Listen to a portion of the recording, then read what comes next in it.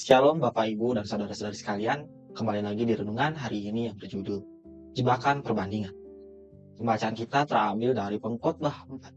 Saya menduga kebanyakan kita mempunyai kecenderungan untuk membandingkan diri dengan yang lain, dan kebanyakan kita membandingkan diri dengan orang yang lebih dekat dengan kita. Saya sendiri nggak pernah membandingkan diri saya dengan Pendeta Gilbert atau Pendeta Stephen Tong gitu ya.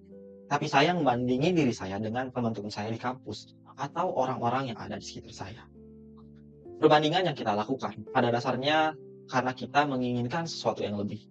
Para psikolog mengatakan bahwa orang biasanya menggunakan 3 jenis perbandingan. Yang pertama, perbandingan ke atas. Kita akan membandingkan dengan orang yang keadaannya lebih baik. Dan ini akan mendorong timbulnya kecemburuan. Yang kedua, perbandingan yang setara, yaitu membandingkan dengan orang yang berada di level yang sama. Ini nantinya akan menimbulkan dorongan untuk berkompetisi. Dan yang ketiga, kita itu melakukan perbandingan ke bawah. Kita membandingkan diri dengan orang yang lebih buruk dari kita. Dan kemudian, kita akan merasa lebih superior dari mereka. Semua perbandingan itu kita lakukan dalam cara yang paling menguntungkan diri kita sendiri. Itu semua selalu tentang kita. Ketika berhubungan dengan kekayaan, kita cenderung membandingkan diri kita dengan yang di atas. Dengan harapan, kita bisa mencapai tingkat kesuksesan mereka. Tapi kalau urusan moral, kita cenderung melihat orang-orang yang moralnya itu lebih rendah dari kita. Sehingga kita bisa merasa lebih superior. Dan permainan ini akan membawa kita kepada level yang selanjutnya.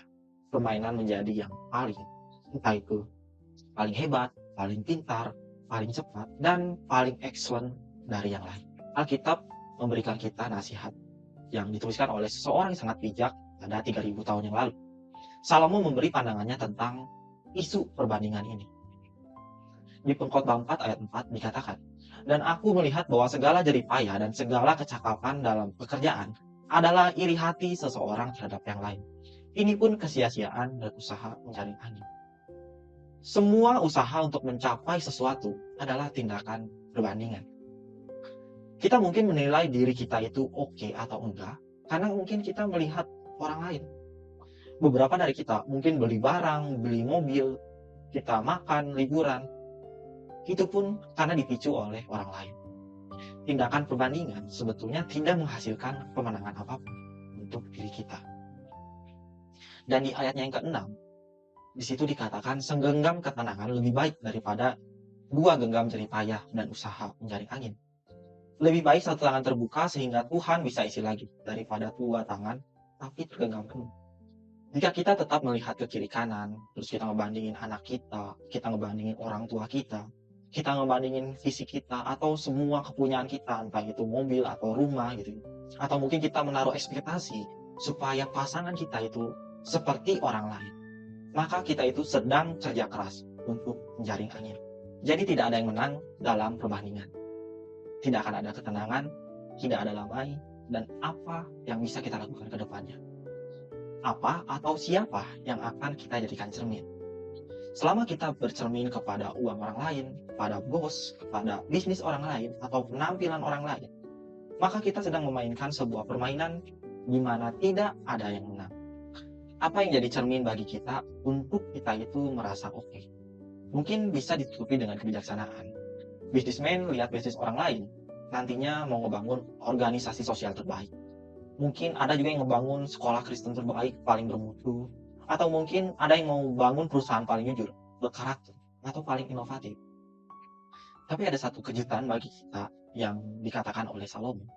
Kebijaksanaan tidak ada bedanya dengan kebodohan di bawah matahari.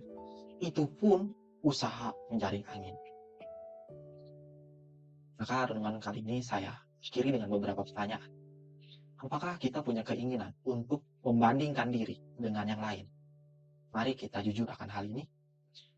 Lalu apakah kita akan hancur karena kita itu mencoba bersaing dengan orang yang terdekat dengan kita?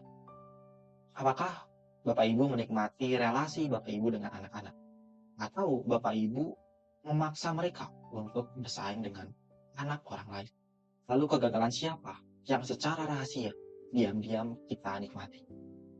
Dan yang terakhir, apakah kita sedang menjaring angin? In omnibus glorificatur Deus. Amin.